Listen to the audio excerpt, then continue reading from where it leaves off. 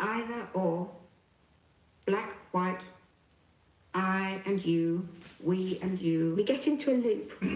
Either or. It's really hard to make decisions about everything. Black, white. So I want to take those things that I do every single day. I and you. And I want to put them in a part of my brain that doesn't work as hard. This is the correct way to be fooled. We and you. We essentially store patterns. We and the crowd. We tend to believe almost all patterns we encounter, even the false ones. Good and bad. Your brain actually stops working so hard when you're in the middle of a habit. And we're not very good at discriminating between true and false patterns. Already you are separated into two camps, and you are on the point of fighting about absolutely non-existent differences. And then I tried to figure out what the reward was, and I thought it was the cookie.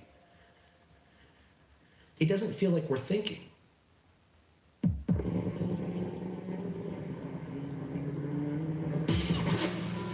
Hello, David.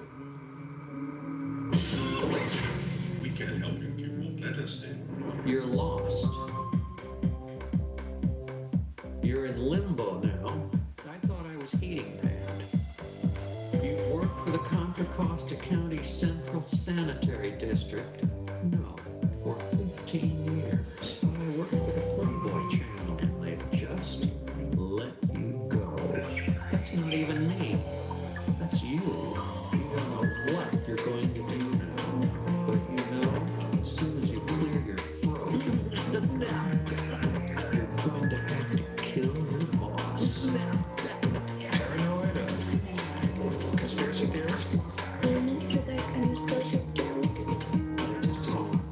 Repeating, you're in limbo. Yes, I think you are. Just what do you want to do? Fired from your job. It's when I hope so. You don't have any idea what you're going to do. And you're completely lost now. Economic dire straits. You don't know your name anymore. Oh, that's so gay. No, we're all here to help you, David. We all want to help you. Your lawn is missing at this time also. And God, I'm gonna do something. You're in limbo right now. And you know you're going to have to kill them. You're going to have to kill. Who still has a job in this brave new world? Nobody has thoughts, feelings like that. Nobody human anyway. You're scared to leave your house. Your house. Your home. What is the meaning of this invasion? You let your legal identification expire. So you cannot have a doctor's appointment. Great term. If you get a legal ID, you will have to leave the house. And they will break in and kick your speaker or speaker. Angry men destroying their engines on YouTube. The first time I didn't feel it. Gas explosions. I feel it. And you're completely lost. Did you know that he was suicidal? Is there anything else required from the human employees?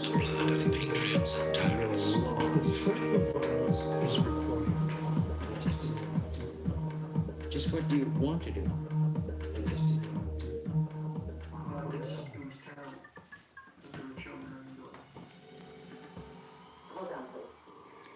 You don't even know who you are.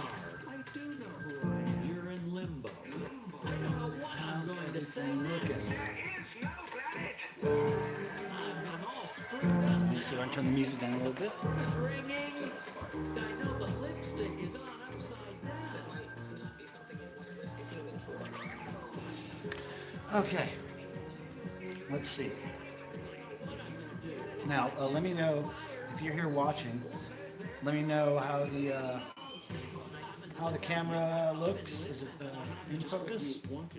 Also, let me know if you can hear me and the music. If the music's too loud, whatever. Let me know. And once I get confirmation that everything's working, then I will start talking about what I got to talk Hello, everybody. Make yourself known in the chat so I can see who's watching. It's a beautiful Friday night. Thanks for joining me. I will let you know what's playing in the background as soon as I'm not seeing anything in the chat. I'm not sure if anything's happening in the chat, but I'm not seeing nothing happening. Let me know if you can see me, hear me, hear the music. Ah, I see something. Camera is fine. Maybe higher up. Higher up your voice. Talk louder is what you're saying. Okay. So the music maybe is too loud, David? What do you think, David? I'm good? I'm good. Music in the background is okay? Right. Music is fine? Okay, but you can hear it. Okay. Thank you guys for coming, a few of you. I'll just start by saying, yeah, this is 10 years I've had this channel. Hello, Liam, David, Joanne. Again, everybody let me know if you can hear me okay. I think everything's working. Hey, what's up, JB Stratus? Or is that IB Stratus? IB Stratus. Jocko Homo, Sum 21. That's Sum 41. So yeah, let me start by saying 10 years ago this month, I started this YouTube page just as a way to upload videos I had been shooting on, I believe, a flip cam at that time, and have an easy way of sharing them online with people. So that's basically the only reason I had a YouTube page at that time. And so over this last 10 years, starting in October of 2009, I've just been putting mostly live concert footage, mostly Devo, because I toured with Devo a lot, some backstage stuff, some other stuff, playing test pressings of records that I just received before their release, or it was used for that kind of thing. So I realized that my YouTube page was coming up on the 10-year anniversary, and so I figured that this month, October, I would start live streaming on my YouTube page, because I've never done that before.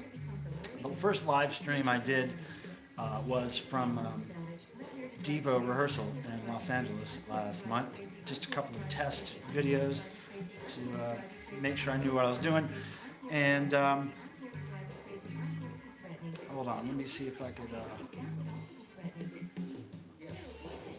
All been downhill from where? Liam.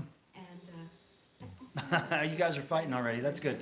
So, 10 years ago, I uploaded, the first video I uploaded to this channel was Skinny Puppy live in concert in New York City, if I remember correctly. And so now I'm trying to do some live streams mixed with concert footage that I'll be uploading in the next few days. And so today, we'll be talking about that. And I'm going to be going through some stuff I've received in the mail or otherwise acquired in the last couple weeks or so. And let me see the chat here. It's Phil. Oh yeah, Phil, that's right. IB Stratus. All y'all's funky little names, man. I gotta remember all these things. So yeah, 10 years of owning this channel. And now I'm finally going to use it as much as I can for communicating with people, with friends that I don't get to see, with people who are curious about whatever rock and roll music stories I have to tell, or things I have to share with you. Hilmer does his taxes live on stream. No, I pay somebody to do my taxes. I can't do taxes. Being a freelancer, your taxes are fairly complicated, because you typically have all sorts of income, and it fluctuates, and so it's a real pain in the ass to take care of. Have an Amstel and a shot of Crown for me. That's tomorrow, Phil. Tomorrow I will do that for you. Not tonight. Tomorrow I'm really excited to be going to see one of my favorite bands. Not a lot of my friends share this love of this band.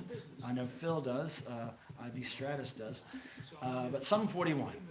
I've loved that band since the early 2000s, and I've seen them many times in concert.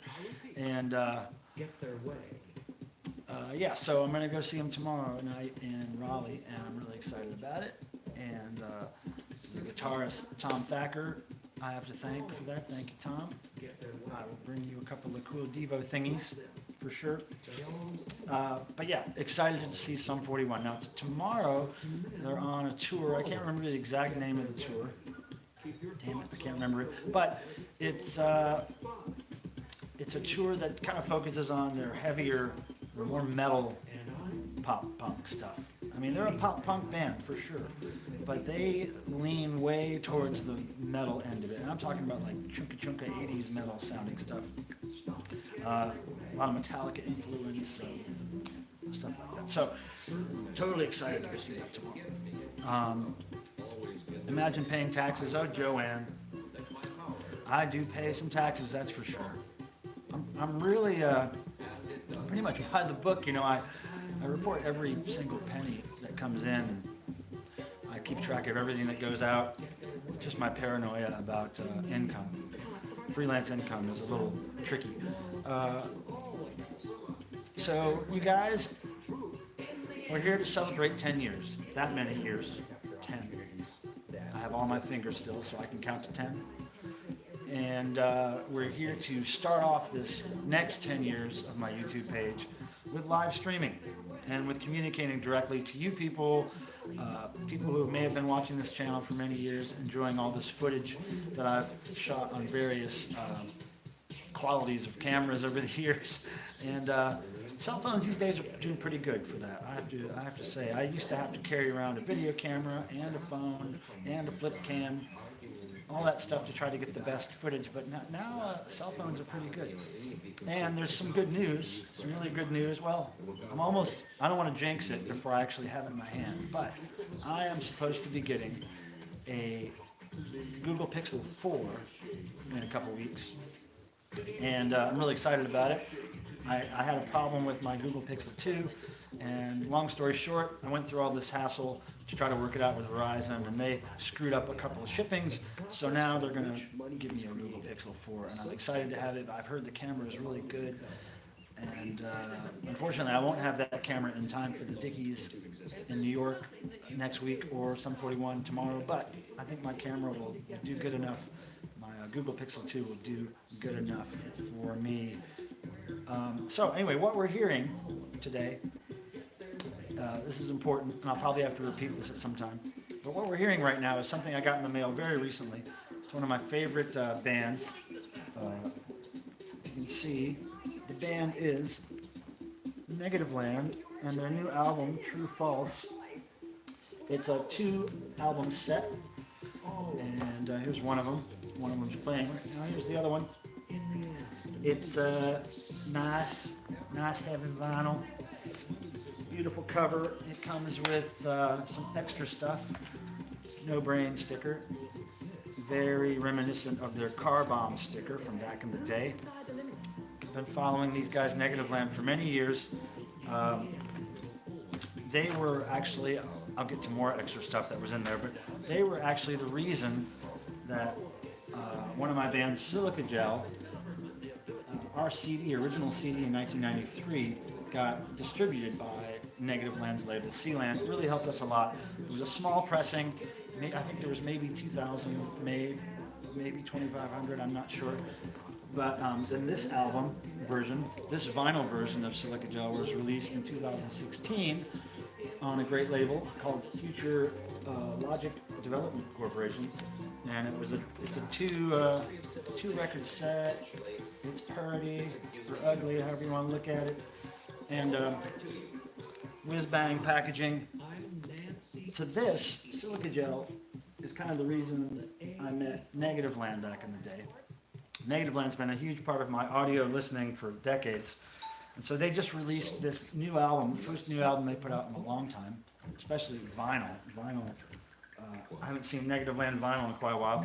And here are some extra things that came in the Negativland record. A great, morbid black envelope. And then there is this art print. There's an art print numbered and signed by Les Artistes, right? And then also in there is the official Negative Land thank you note from David Wills Weatherman. Pretty good signature on that one. I'm pretty happy about that. So, Negative Land playing now. You probably can't hear much of it, but it is playing now. Yeah, somebody make a Wikipedia page for silica gel. There's a dash between silica and gel, Liam. Yeah, Negative Land. Oh yeah. Are you from out California there, Jocko Homo? You know, some of you people were probably in my first couple of streams, and I probably know your real name only and not your channel name. So you might remind me of who you are if I really know you in real life. Silica Gel is a great name.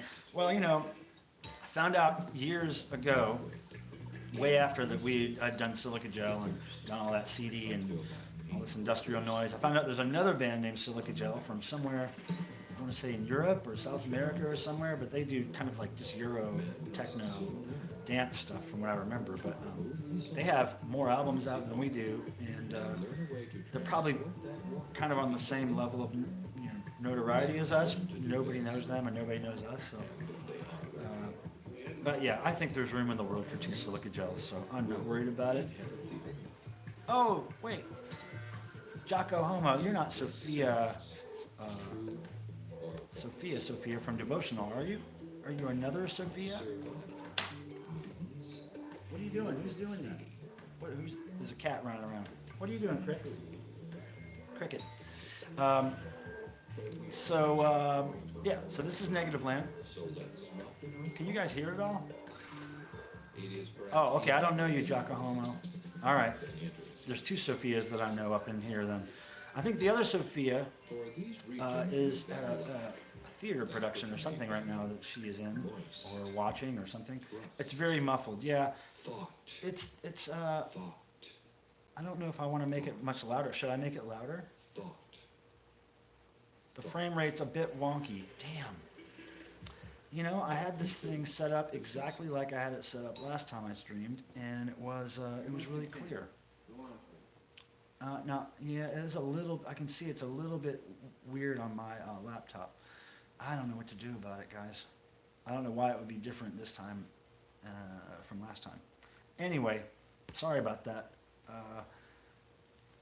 Oh, okay, so you're friends with the other Sophia. Sophia, you should start a band called the Sophias. I don't know if that's ever been done before.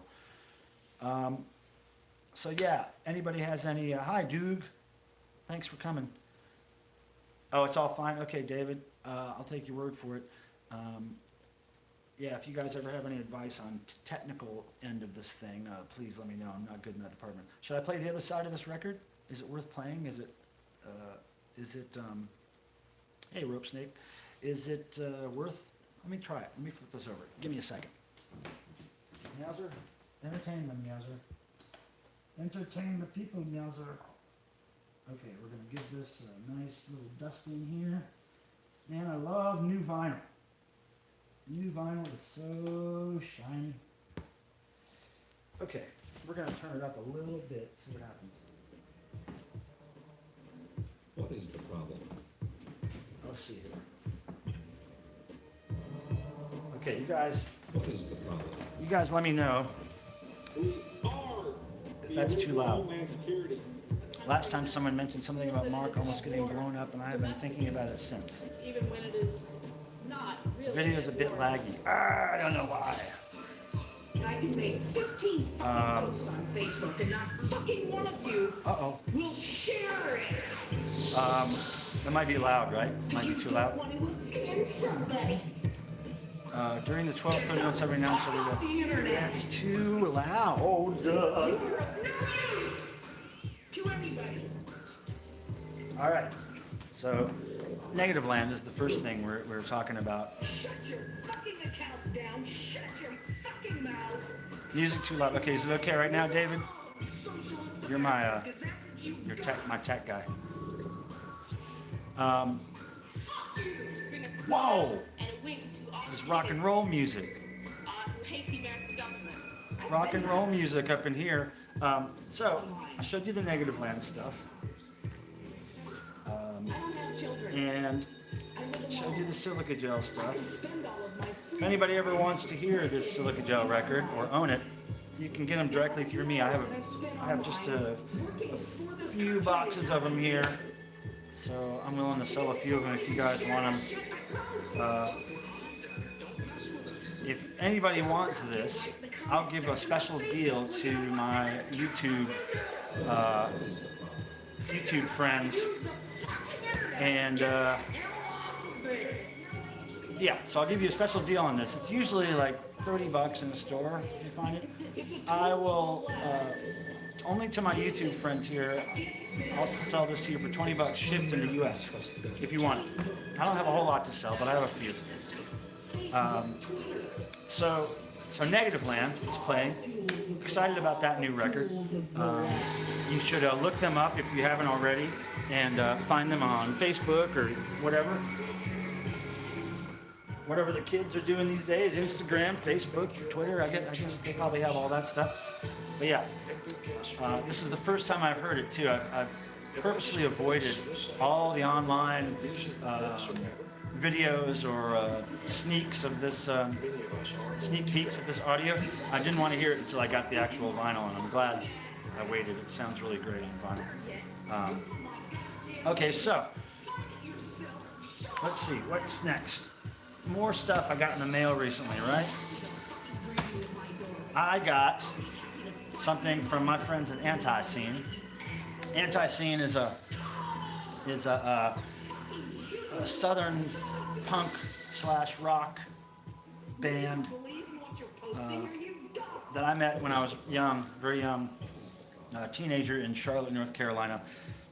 And they were playing a tiny little club called the Yellow Rose in Charlotte, and it was a country bar during the day, and then after 5 or 6 p.m. it became a punk rock club, and it was one of the coolest places ever.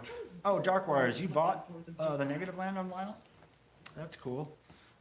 Duke Schlug says, do you have any of Mark's art displayed? Yeah, well, behind me, you can kind of see a little bit up on the wall up there is a rug. You can see the bottom of it. It's right there. It's a rug that Mark did. And then, yeah, you can't see much of anything else in the background there of Mark's art. But there's a lot of it around the house. Oh, yeah, just now. Cool, yeah.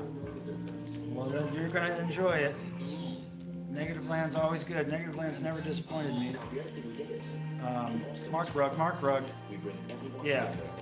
Yeah, Mark rugs were available for a minute when we were doing art shows 10 years ago. Almost 10 years ago? Yeah, 10 years ago. We were doing art shows around the country, around the world, smaller art galleries typically. I know we did one larger museum in England and one larger museum in New Zealand. And we sold rugs at all those places. I think that one behind me is actually from the New Zealand show. And it's one that didn't sell, so I worked out a deal with Mark for them to ship it back to me rather than ship it all the way back to him in LA. And I got to have a rug. Well, wish he would do art shows again. I want to meet him. Yeah, well, you know, Duke, he didn't really show up to a lot of his art shows. It was fairly impossible to schedule him to actually be anywhere at a given time unless he was working. Because he could get called away at the last minute. Even sometimes when we did schedule him to appear at an art show, he couldn't make it because he got called to London at the last minute to rescore something or conduct an orchestra or whatever it was. So it was really hard to have him physically there. But, and I'll get back to this in a second, but sometimes, most times, we would have him appear via live Skype chat. Right when Skype and that kind of technology was starting out, we would have Mark Mothersbaugh there via live videos. And it was great because he could see and talk to people in the audience. He could hear what they were asking him. They could see and hear him. Every now and then there was a glitch or two, but almost made it more funny, more interesting. So anyway, we did that for a long time. So yeah, art shows are great. I want to see more Mothersbaugh art shows too, but it doesn't actually mean you're going to meet him there. He was working an art show in Austin, Texas a few years back, and I missed it. Oh. we did an art show in Austin, Texas, but I think it was a long time ago, like maybe 2005, 2006, something like that. Anyway, let me get back to this. Got this in the mail recently. This is G.G. Allen, the last recording he did, I believe, before he passed away. And this is G.G. Allen and the Carolina Shit Kickers. It's got artwork by Jeff Clayton. Jeff Clayton is in the band. It's got, Jeff Clayton is of Anti-Scene, by the way. And anyway, great, it's a great reissue. The original is fairly hard to find, but yeah, just came out. Let me see if what the vinyl looks like. Oh yeah, look at that. TPOS, the great Malcolm Tent's label. Malcolm Tent is playing bass these days for Anti-Scene, and that's just all kinds of great worlds coming together right there. So yeah, Anti-Scene, very important band in my life. They were friends with G.G. Allen. This is G.G. Allen's last recording he ever made. And then also Anti-Scene sent me this Conqueror Worm album, which I believe only came out on CD back in the day, and now it's been reissued on vinyl. This is a tribute to Simon Stokes. Conqueror Worm, friends of Anti-Scene, and this is right in that genre, my friends. I haven't even opened and listened to this yet. That's something I will do soon. There's a couple other new things I want to talk about, but we'll talk about that in a second. Let's see, what's going on here? Why must you torture me? Fart show. Hey, wait a second. How do you know it was a fart show? I was just, why are you saying fart show? Oh, I see, art show, fart show.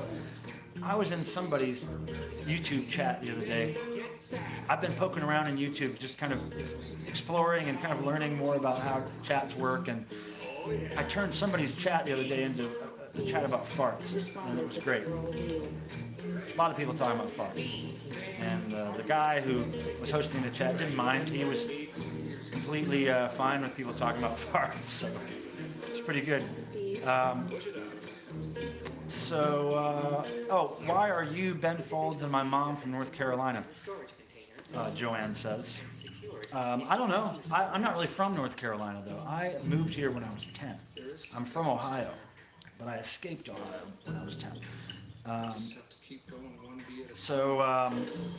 What was I going to say? I was going to say something about, Ben Folds. Anyway, Ben Folds, at least once, maybe more times, came to a party at my house when I was in college. Me and this bunch of guys lived in a party house, and I had a bunch of parties all the time, and a bunch of people would come and go, and Ben Folds was there, and I think that's where I got a couple of cassette tapes of his very first, I think it's his first band called Majosha or Majosha. Anyway, it's a kind of a funk rock, indie rock funk band, and very rare stuff. And I've had people offer me hundreds of dollars for these cassettes. I'm not a huge Ben fan, but I like some of his pop music. He's a great pop songster. Ben Folds, yeah, that's his name. I don't know much about him, but I do have some of his very early music, and I dig it. It's kind of a guilty pleasure. Did he rock the suburbs? I know that's a song of his, but I don't know anything about that song or what it means or what it is. I don't know. I just know that title. I'm sure he did rock the suburbs. So I always get excited when people are from Indiana, Ohio, Michigan, Illinois, because I live in Indiana. Well, it's because you all have Midwest damage. We all have Midwest damage. I have specifically Ohio damage. But my Ohio damage, I was able to taper it off by escaping by the time I was 10. Some people I know who have never escaped Ohio and who are my age, they have more damage than I do. I swear. They'll argue with me on that, but I promise you they have more damage, Ohio damage, than I do. Okay. The Cringeachusetts? Oh, Cringeachusetts. I've never heard of that. That's pretty good. I've never seen Over the Hedge, and it really shows. Indiana is whack. Cringifornia. Yeah. All right, so. What else were we going to talk about? There's lots of stuff over here I want to show you, but I'm gonna stretch it out here. Hopefully some more people will come up here. Sophia, the other Sophia, I'll call her Sophia 1 from the devotional. She might try to get on here at some point. She's busy doing her theater thing, but she contacted me and said that she was going to try to catch it. I got the hiccups or something. think? Release of everything you can and more. All right, so just let me do a check really quick. I know I'm a little laggy on the video, but what about the record? Is that playing? Can you hear it at all, or can you hear too much of it? I ain't complaining about the Midwest. I'm just saying I escaped in time. What's the band you're playing right now? The band I'm playing right now is a band that I've known for many years called Negative Land. There's the name right there. Album is called True False. Their first new album, especially on vinyl, for many years. It's great. I'm digging it. I can't wait to just kind of sit with it by myself and drink wine and listen to it. Let's see. I like the sound of this song playing right now. Yeah. If I wasn't talking so much, you could hear more, but I'm trying to use it as background, and I figured that I wouldn't get nabbed for copyright on this. I'm just guessing because it's negative, Rope Snake. Rope Snake I know from Devotional as well. I think a lot of you people I know from Devotional. Oh my goodness! It's New De-Evolution from Chile. Is that Antonio Bustos Garcia there? Is that Antonio sending those messages?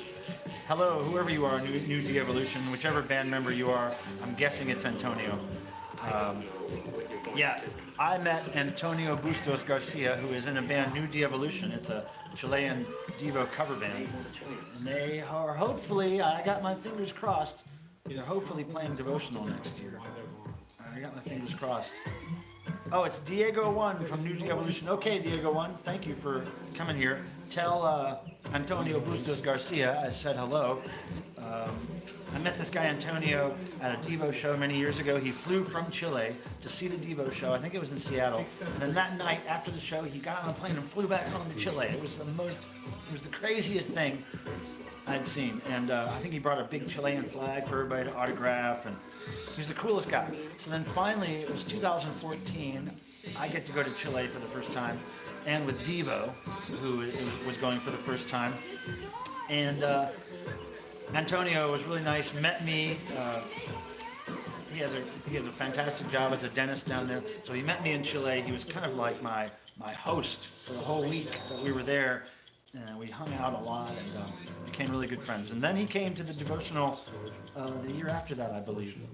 And it was great, good times. I hope he comes again. It'd be great. And Diego, you guys got to get it together and come to the Devotional next year. That'd be really cool. This record's almost over, so I'll take it off and maybe we'll play more of that later. We'll have a break from music and sound in a second. It's okay, people. I want to know. All right, well, let me just tell you my plans next week. So I've got Sum 41 concert coming up tomorrow. I know that not a lot of people are excited about that but me, but I'm so excited about it. So I'm going to try to get some footage there. Maybe I'll try to go live from that at some point. I know I'm going to meet up with some of the band at some point, so that'll be fun tomorrow. And then next week, Tuesday, I'm going to be driving, first I'll go to Philadelphia. I'm driving to Philadelphia, and then the next day going to New York City to see, I'm going to see the Dickies on Halloween, but I'll be going to New York City the day before. See the Dickies on Halloween at a place called Bowery Electric on the Lower East Side. And then the next day, November 2nd, I go to Philadelphia to see the Dickies at a place called Kung Fu Necktie. And then the next day, on the 2nd, I go back to New York, back to the East Village. I believe it's the East Village. Oh no, I think it's higher. It's more north in the city, but it's at a place called Lola, which used to be called Coney Island Baby. And that is the third Dickie show on November 2nd. So October 31st, November 1st, November 2nd, all Dickies shows. And for anybody out there who is a Dickies fan, I'm a huge Dickies fan. It's going to be great because I'm going to try to just get some stuff backstage. I'm going to try to get some stuff live. Hold on a second. Let me change the record. Whoopsie. Not fucking water.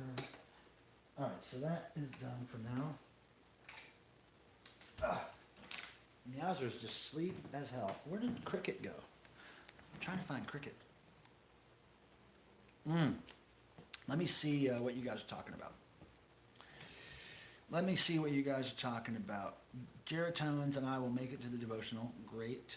Don't forget me, rope. Yep. Got to bring the Furbies. Yep.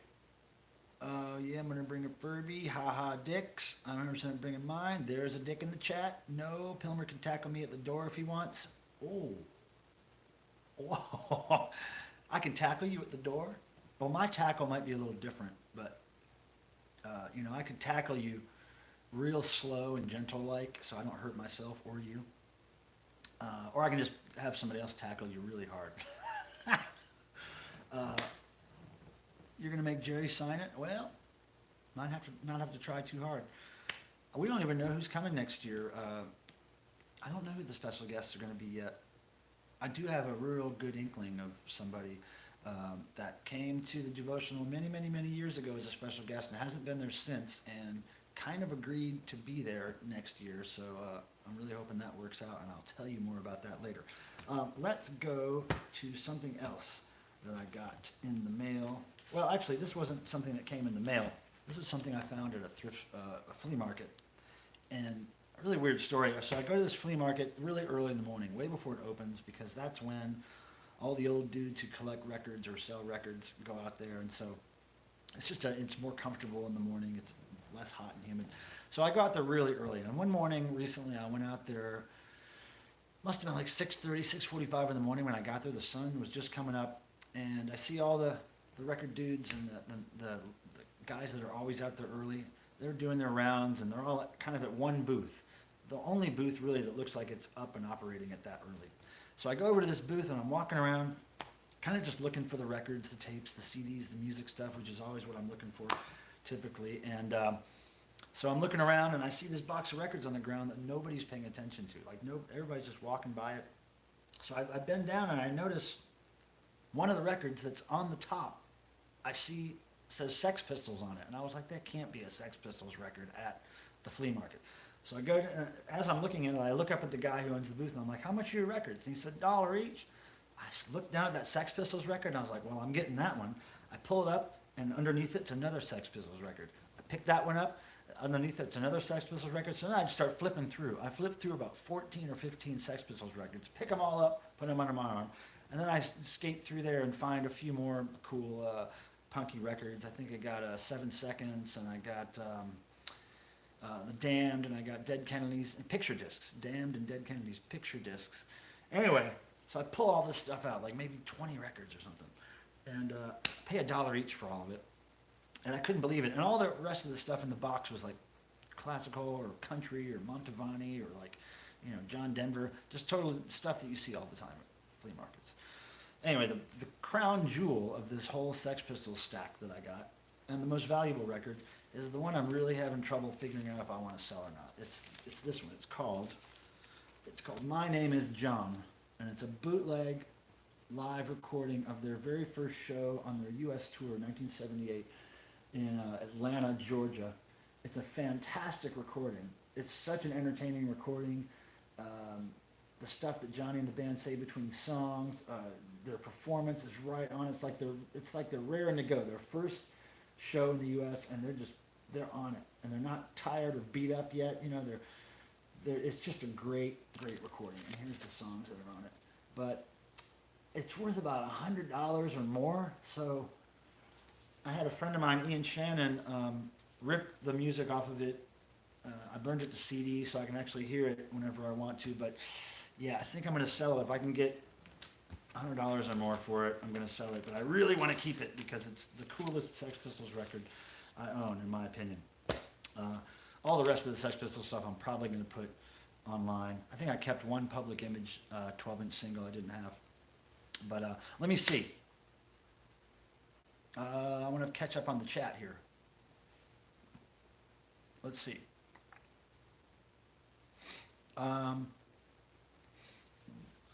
Man, you guys have been talking. I can't keep up with it. Okay, wait. Let's see. Excited already? Josh too. Jerry. Well, I'm not gonna say who the guest is. No, it's not Josh too. So yeah, I have to keep that a secret until it's all confirmed. But big plans for 2020 devotional, the 20-year anniversary. So what is this? Don't use the sex work. That's naughty. I don't know what that means. What was I talking about? I don't know. I once bought like 11 Zappa records at the same flea market booth. The Zappa records sell, and I'm not a huge fan of Frank Zappa. I mean, I like Frank Zappa. I like him. I've never really gotten into a whole lot of his music, and it's really weird. The one Frank Zappa song I really love, and I loved since I was a kid, was that pop record he put out, Valley Girl, with his daughter Moon Unit. I was so into the fact that her name was Moon Unit. I just wanted to have a girlfriend with the name Moon Unit. That's all. How did you feel when you played Osama bin Laden at the Greek Theater? Oh, that came about all. So what Joanne is referring to is Devo did a tour. Oh God, I think it was 2006. Somebody said, and Jerry asked me if I wanted to. Jerry said they needed somebody to dress up like Osama bin Laden on the stage. And this is something that came up, I remember, very last minute at rehearsal or something. So, because he had this Osama mask, and at the last minute I decided I would do it, and I think we found some kind of white bathrobe that I would wear. I think I actually did have to go out and buy some sandals, some kind of like, man sandals, because nobody had any. So I had to buy some man sandals. I had a white bathrobe that Jerry probably stole from a hotel. And I had this stick, this broomstick, that I had the bright idea of putting Boogie Boy's severed head on, because we had a pom-pom that had red and orange, what do you call the pom-pom strings, a red and orange pom-pom that I shoved up in the Boogie Boy mask to keep it full, and then I stuck the broomstick in it so it looked like I was carrying his severed head on a stick. It was the only kind of, I figured Osama needed a little bit of violence, he needed to be violent, and we needed to tie it to Devo somehow. And so, so Boogie's head went on a stick. And when you ask how it felt to be that, I mean, it felt crazy to just be to be invited to be a part of Devo's show in any way. But let me tell you what I remember the most about being Osama bin Laden with Devo is that as the shows went on, I did this thing a few times. Hey, what's up, Cricket? I did this thing a few times. I was Osama for a few shows. So at some point, somebody, Mark or somebody, when I was walking across the stage, somebody hit me in the back of the legs with something. I don't know if it was like a guitar strap or if it was the broomstick or what it was, but they whacked me really hard. And I almost fell down because it hit me right behind the knees. And I remember just being really sore like the next couple of days because somebody just took it out on Osama. So that was what I remember about that. Ship too late to save a drowning witch. I don't know what that means. I don't know a whole lot, guys. I think I know like 5 or 10 things. So if you mention something here that I don't know, don't be surprised. Muffin Man was my favorite Zappa song. Yeah, I'm not familiar with that one. Is Jihad Jerry dead for real, or is he still hiding in the darkness? Oh, Jihad Jerry. I think he's just kind of retired. I wouldn't call Jihad Jerry dead. That's for sure. There's a little Jihad Jerry in all of us, I'm sure. Okay, Ship too late to save a drowning. Yeah, see, I don't know much about Zappa. I don't know.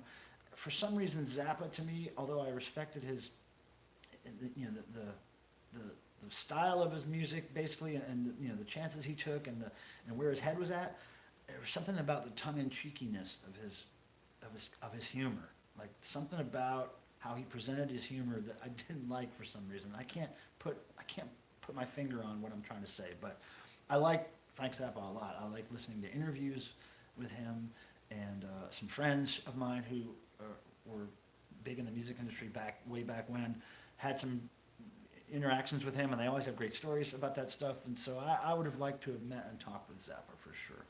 Will Devo ever do Freedom of Choice rap again? Freedom of Choice rap? I'm not sure I know what that is. Doog. When you came out with Boogie, I was kind of scared. Oh, with the severed head?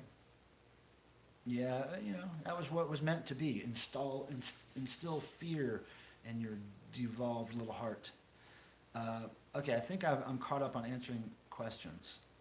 If you have a question that I haven't answered, feel free to post it again. They rapped Freedom of Choice at Greek Theater. Oh yeah, when they... Those costumes were ridiculous.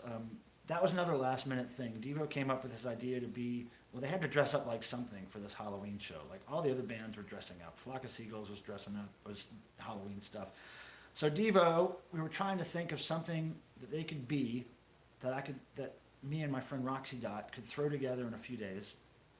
Something they would all look the same, you know. So we came up with this thing that they would be rappers. They would be, you know, they would be stereotypical rappers. So at that point, it meant having the gold chain and the running suit, the Adidas track suits.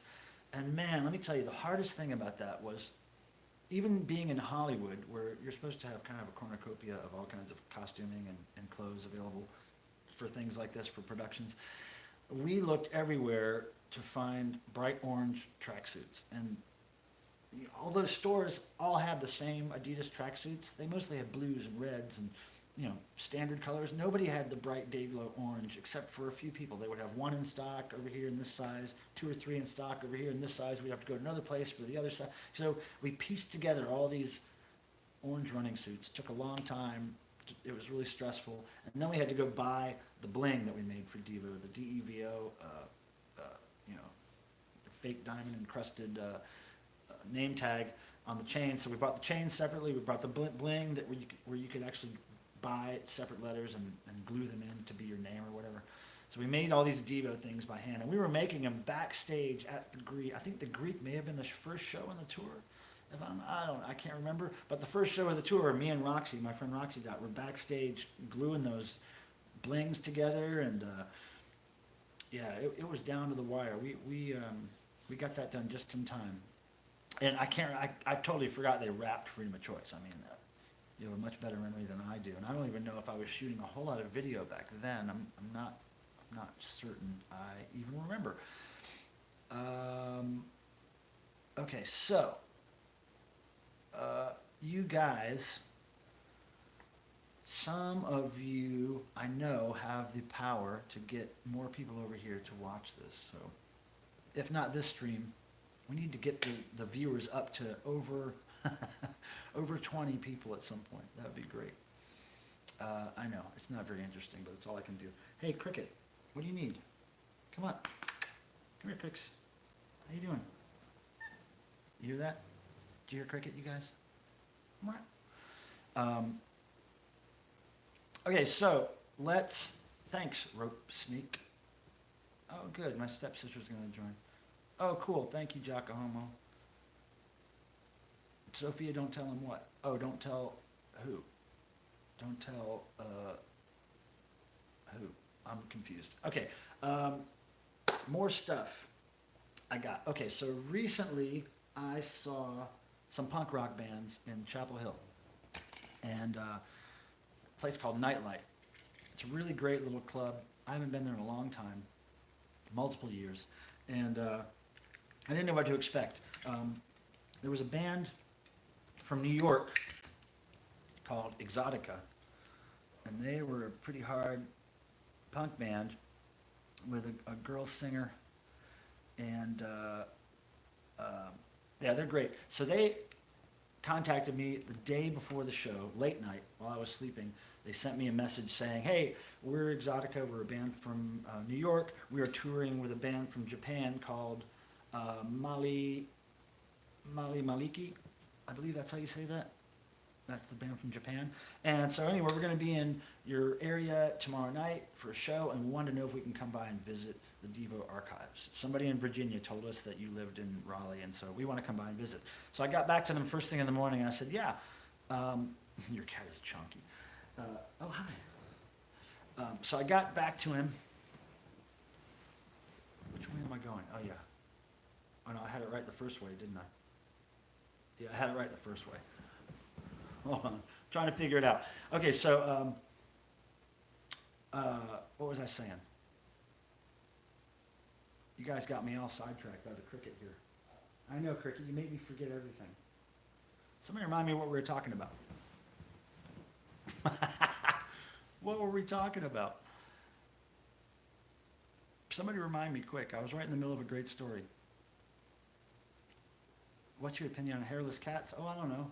They're not as petable as cats with hair, but I don't have a problem with hairless cats. Oh yeah, Japanese punk band. So, thank you, Josh. So this Japanese punk band and this New York punk band contacted me and said, hey, let us come to your house, basically. And I said, yeah, that's great. I want to come see your show. And they said, okay, great. We'll put you and a friend on a guest list. So they came over to visit. It was really great. I put a picture up on my Facebook page of both bands together on that couch back there. They were really great people. And as soon as they got in the house, it was the first time I'd ever had anybody here where everybody immediately took out their cameras and started walking around the house. Like, I didn't even give them a tour, really, before they just started walking all over the house and taking pictures of everything and going in my closet and looking at my T-shirts and pulling books out and folders out of flyers, and they were just looking at everything like they were just completely amazed and taking pictures of stuff they found in the booklets, and it was amazing. So we went to this show, and those two bands played, Exotica and the band from Japan, Maliki, and they were great, but they were the last two bands to play. The first band that played that night was a band called Tizzy, and I believe they're from Raleigh, T-I-Z-Z-I. Here's a pinback button that Tizzy gave me. And they were an all-girl band, from what I could tell, and they were great. It was their first show ever, and I shot video of one song, the first song. I think it's called "Please Don't Make Me Talk to You," and it's on my YouTube page. You should check that out. They were fantastic. I really enjoyed them a lot. I've actually watched that video I shot numerous times just because I like them a lot. Tizzy. So, Tizzy, keep your eye open for them. I haven't been able to find them on social media or anything yet, but Tizzy, T-I-Z-Z-I, they were great. And another band that played that night, now I can't remember their name. They had a Swedish influence name. Like, it was two words, each of them started with a V. I don't remember it. But anyway, they were another great hard punk band. They had a female singer, and they were like really hard. And the singer's voice, her voice was so intense. And there's video of that band too on my YouTube page. It's right around the same place I posted the Tizzy video. And then there was another band I don't think I shot any video of. I think it was all guys. I can't remember the name of their band, but they were great too. Every band that night was great. And the people in the crowd were great. They all dressed up in their punk stuff, and they had the cool hair and the buttons and the patches. And it was, I love that culture. I love culture that concerts that people dress up to be part of the music, where their look is a whole part of the event. Did I say something wrong about girls or women or ladies or something? So anyway, those bands there I really liked. And then one of the guys in one of the bands gave me these cassette tapes of his, I guess, solo stuff, or his other bands. This one's called Pobreza Mental. I haven't heard it yet, but it looks cool. I'm guessing it's some hardcore stuff. And then there's one called Dave Rata. That might be his name. And a little hard to see, but there's the cover. Again, I haven't listened to these cassettes yet, but I really appreciate him giving me these. And they're probably some fairly hardcore stuff. So I'll be listening to those at some point. A couple more things to show you over here. I'll wait for a little bit before I do show you that. Okay, who's here? Oh, no, I'm fine. I didn't do anything wrong, Jocko Homo. I don't know if I did. I don't know if you guys are talking amongst yourself or accusing me of stuff or what. Mental poverty. Thank you, Azora. Hi, how do I know you? Do I know you? Thanks for coming. Thanks for visiting my house. Is Joe in that band? Who's Joe? I don't know Joe. Who's Joe? I could look on the, if you tell me what band you're asking about, I can look and see if Joe's in the band. Joe Mama! Wow! Joe has no mama. Don't you know Joe Mama died? Joe Daddy's still around, but Joe Mama died. You can ask me who Joe is. I know some Joes. Oh, I know some Joes. What's up, Sir Edward Pancelot, my only moderator, because I was testing, making somebody a moderator just to see if I could do it, and Sir Edward T. Panzelot was my guinea pig for that, so he's the moderator. Yeah, nobody's allowed to ask me who Joe is. They get banned. Oh, man. No need to start a bunch of drama. Yeah, Panzelot is a mod just because he happened to be here when I was poking around going, oh, what's this? Can I make a moderator? Bloop. And I just made him a moderator because I did. So, Sir Edward Panzalot, you should really consider using a different image for your page, because I think that's exactly the same image I use for some of the official Devo pages.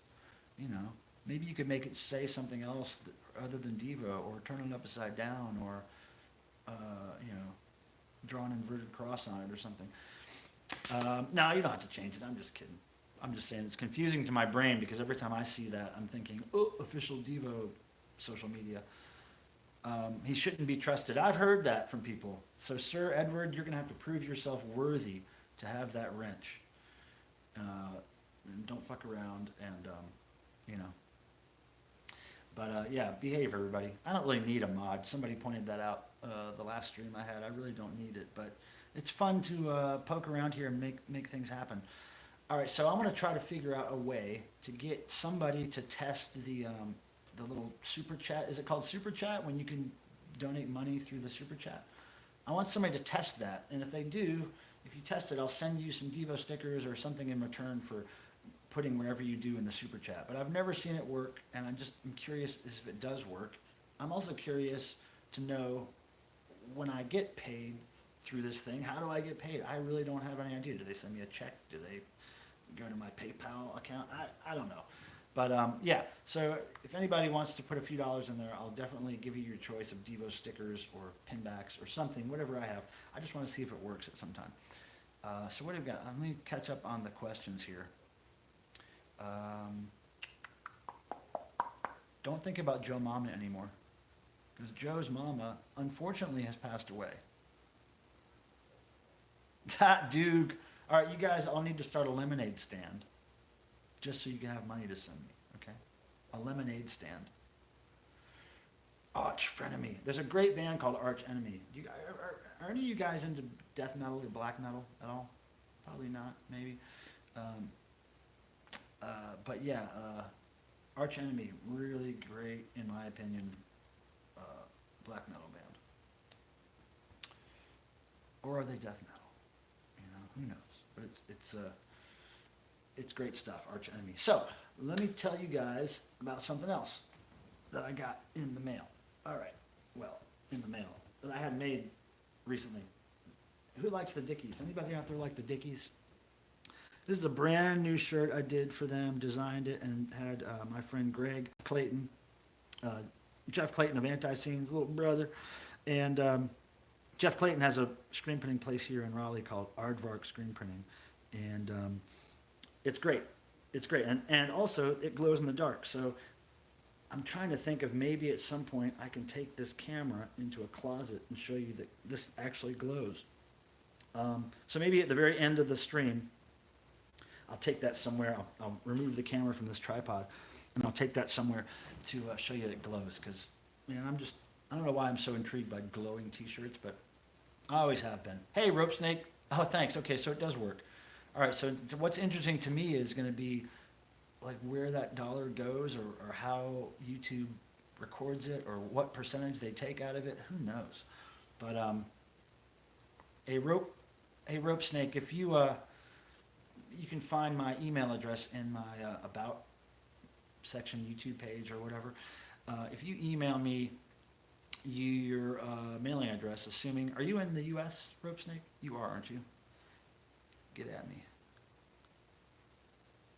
Can I have a sticker because we spent $1,000+ to see Devo? Well, let me tell you, Doog, I can't tell you how much money I've spent on Devo.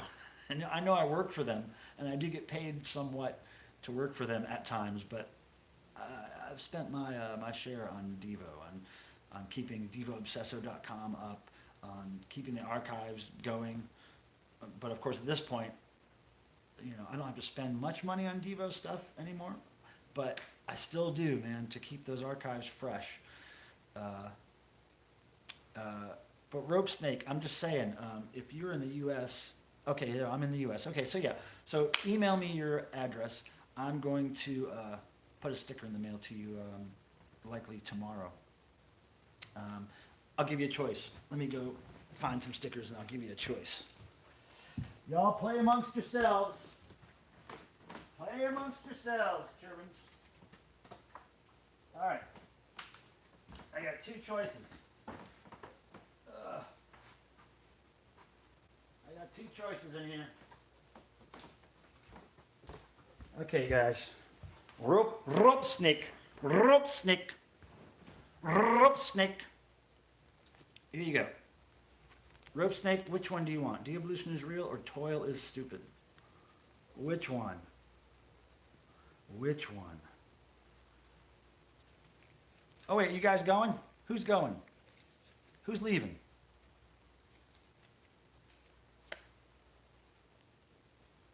Yeah. Yeah, if you physically mail me $3, you can get a funny sticker. I got funny stickers, I got Devo stickers, I got really dumb stickers. I got rock and roll stickers. I got stickers of my punk band Rabid Salesman. I got all that stuff. Oh, I don't accept firstborn. Well, I don't know. How old is your firstborn? Do you accept aborted fetus? Only if it's sealed in some kind of resin, some kind of airtight container.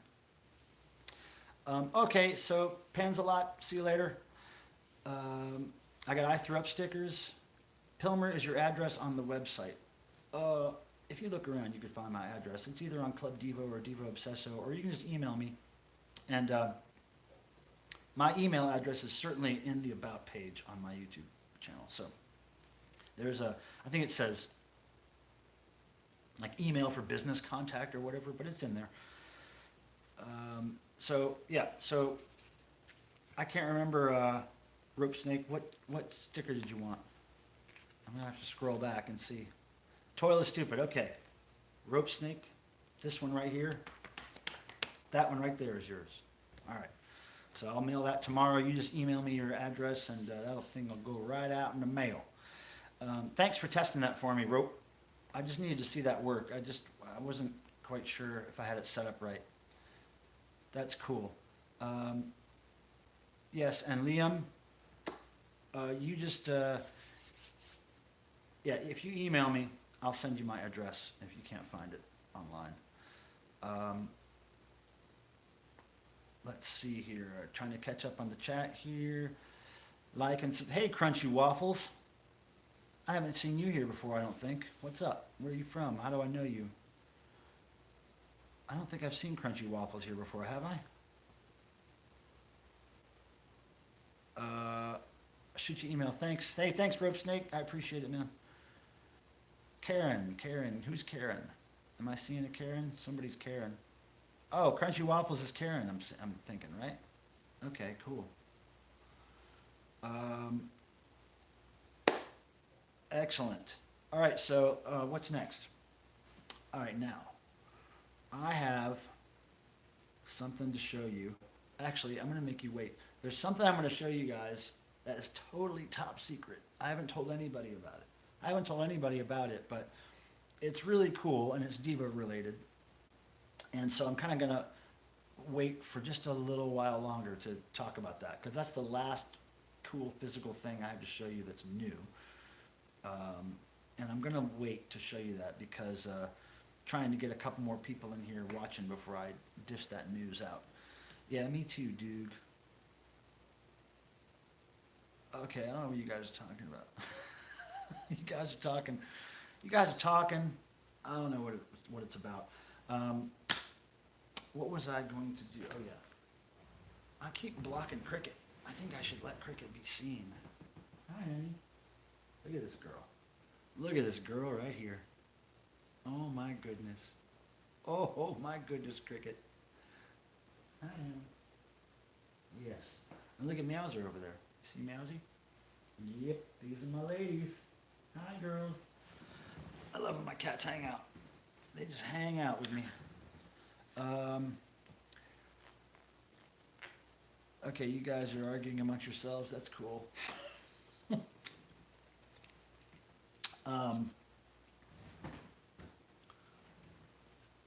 Pilmer, what can you say about Devo 2.0? Oh, I loved that. I loved Devo 2.0. Let me see. Where's I thought I had a something of Devo 2.0 over here in the glass case. I could easily see, but I don't see it. But I loved Devo 2.0, and I loved it because I remember when it happened, and I remember when Jerry and Mark told me that Disney had approached them, and I just thought, isn't that the greatest thing? Like, in their wildest dreams, in 1972, 74, 76, when they were starting out and doing all that, hardcore Devo stuff, I mean, if somebody would have walked in the room from the future and said, guys, I got to tell you something, in the year, whatever it was, 2004 or whatever it was, Disney is going to approach you and they're going to want to do a children's version of Devo called Devo 2.0. And back then they wouldn't have known what 2.0 was referring to or anything. But I just think that they would have said, oh yeah, we're into that because, wow, that makes this art project really weird. And we would have never predicted that to happen. So, Disney invited them to do this band. But then, after Jerry and Mark had kind of reworked the music for kids, Disney was listening to the lyrics of Devo songs, and all of a sudden they became very suspicious of Devo lyrics. And the way Jerry tells it, I guess, is like, they came at Devo and said, we know what you guys are talking about in this song, and it's all about drugs, or it's all about sex. And it was really songs, I mean, a lot of Devo songs are about sex and things of that nature, but I think these lyrics, they were just totally misconstruing and totally making stuff up. And Jerry and Mark thought that was so great that they thought that, it's a good thing or whatever, or it was about drugs. So they changed the lyrics to be about snack foods, and I thought that's even more bizarre. It just keeps getting more bizarre as the project goes on. And then when I actually saw the kids, I met one of the kids, the drummer, at a Devo show. He was completely into it. He was a great musician. He was really into drumming. He just loved Devo's music. And then, of course, we met the singer, Nicole. Is that her name? Nicole, at Devotional one year, and she performed there with the band. And she was really great, great person, and I think she's a real true weirdo too. She was she was into it. She was into the weirdos at the Devotional. But anyway, I love Devo 2.0. Yeah, it was a great, bizarre art experiment, which I wish it would have done better because it was really weird. In all fairness, 90% of hardcore Devo is about Could be. How do I delete a message? I don't know, Liam, what do you got to delete? What do you got to delete? I've seen somebody delete a message before. But I don't know how to do it. I guess it's, you just go right next to you go to the message, and I think there's a little thing you click next to it.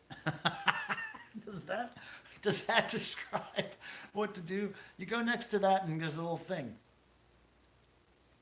What did I say?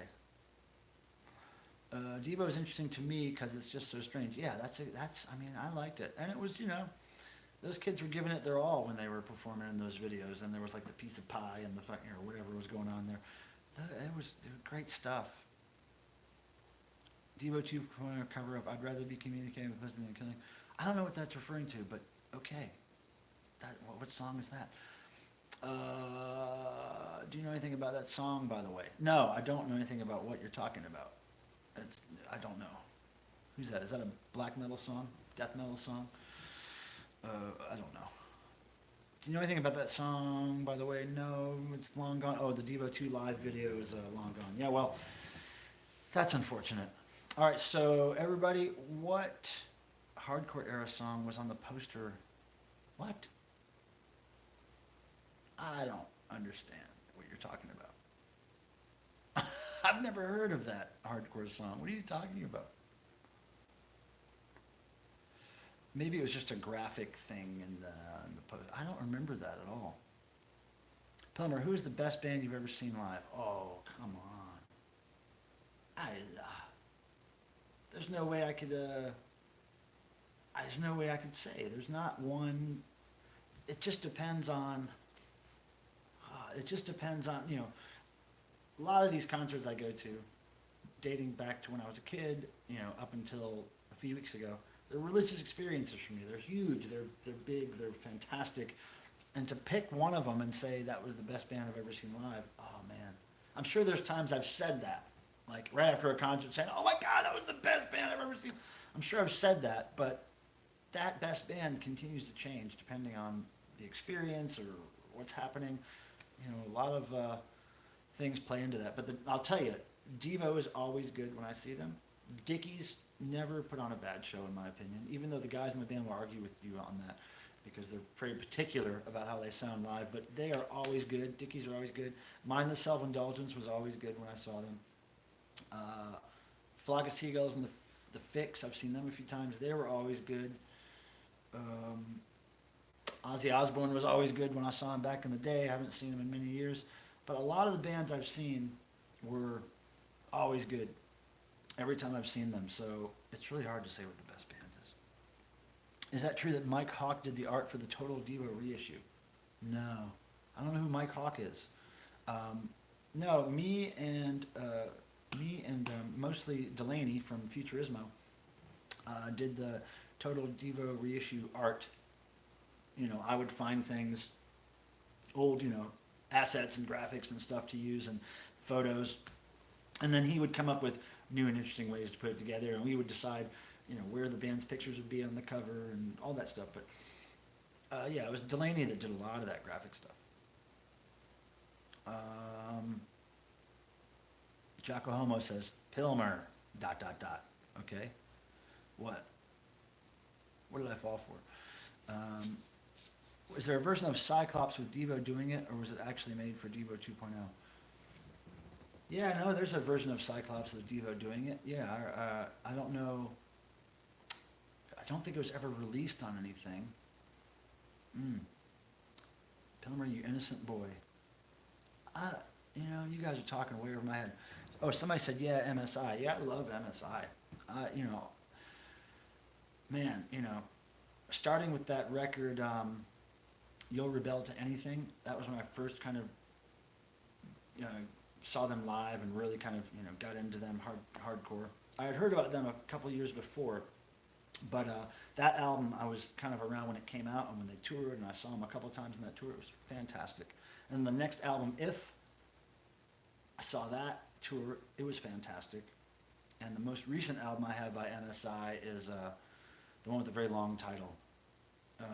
Something like When I Stopped Giving a Shit and Learned to Love, Mind the Self-Indulgence or something. Love that record. We lost a soldier today. What? What are you guys talking about? You're just going way over my head. Oh, Mike Hawk. That's that old, prank phone call stuff.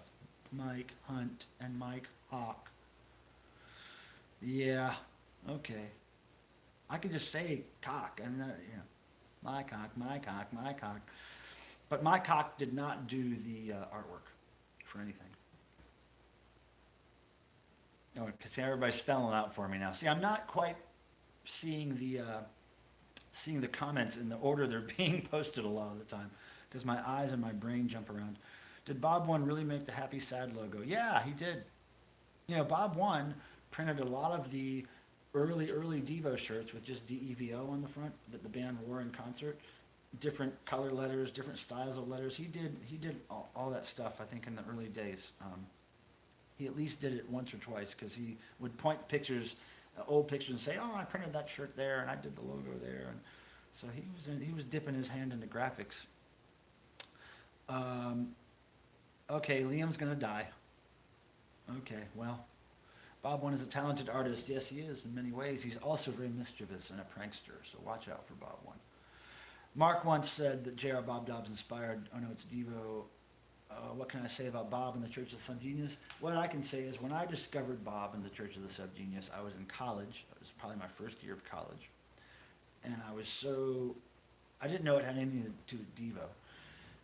We were really into the Subgenius Bible, and we would actually have this really geeky, stupid get-togethers, like every Tuesday, where we would get together and somebody would read a chapter out of the Subgenius Bible, and we would, somebody would get into character and read it, and we'd all be drinking or whatever and make it a thing. But we really loved that Bible.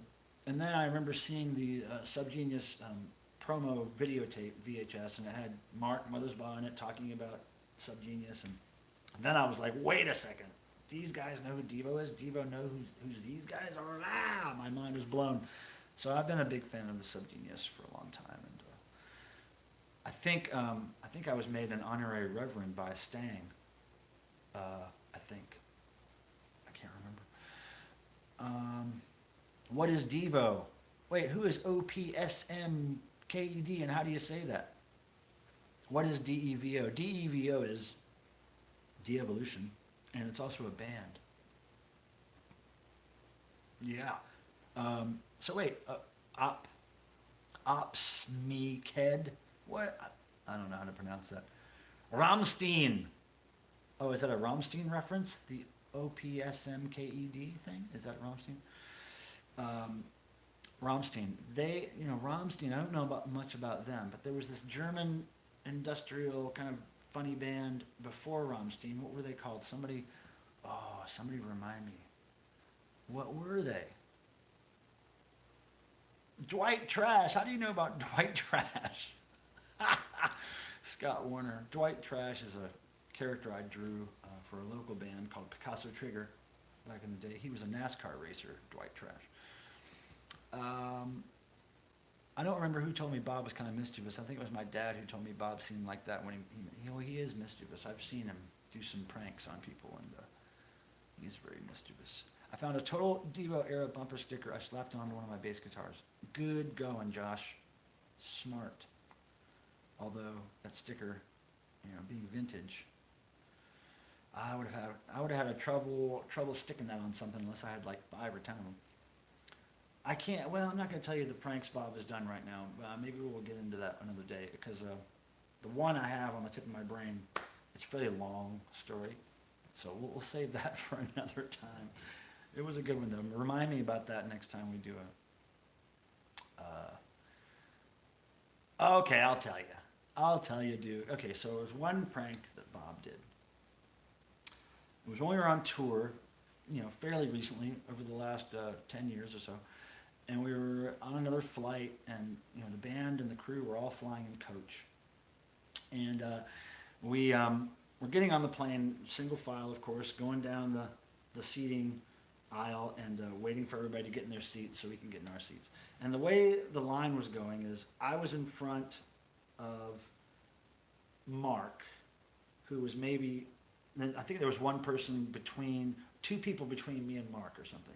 So anyway, I go and sit down first, and then the two people are coming. I think it was 2 women, and then Mark was behind those women, and then maybe Jerry was a couple people behind Mark, and they were all coming up the aisle. And then I forgot to say that Bob 1 was already sitting on the plane. So Bob 1 was sitting. I come in, sit behind Bob 1 somewhere, a couple seats down, and then as Mark and the 2 ladies are coming through, I'm just sitting there trying to draw in a magazine or whatever I'm doing, and all of a sudden I hear this woman go, "I beg your pardon." And she turns around to Mark and she's giving him, just laying into him about, "You don't touch me like that," and all this stuff. And Mark's just going, "Oh, fuck, what the hell?"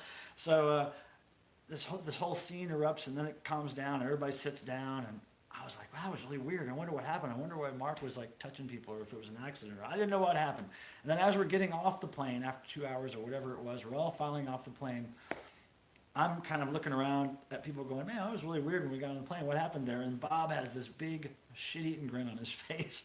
And I knew at that point that he had pinched the woman's ass, got Mark in trouble, and he never admitted it to anybody, but I could tell, I could tell that he did it. It was really hilarious.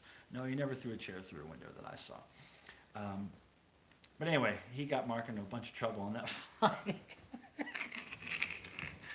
Oh, man. And every now and then Bob likes to punch people. Mark and Bob are punchers. Or Bob will titty tweak you or like pinch you or something. Bob and Mark do like to cause pain to people, from my experience. Yeah. You guys, all right. How many Devo fans are here? Type a 666 if you're a Devo fan. I got something to show you. Yeah, Mark punched me in the stomach. It's on my YouTube channel. It's not the first time he's punched me. Okay, there's some Devo fans. There's some Devo fans. There's some Devo fans. Okay. A few more 666s and I'll tell you. Okay. 420 is good enough. I'll go with that. All right, you guys. Dig this, okay? Now, I haven't showed anybody these yet. And let me tell you the story. Back in 1988, Devo did a total Devo tour. And the Total Devo tour came through Raleigh, North Carolina. It was the first time I'd ever seen Devo live. It was November, I think 11th, 1988, maybe, Raleigh, North Carolina. I went in and I bought my Total Devo tour shirt like a trooper. I can't remember if I could afford more than one. I think I could only get one. And I think they were pretty limited on sizes by the time they got to Raleigh. So I think the pink one was the only one available in, I guess I was buying extra large shirts back then.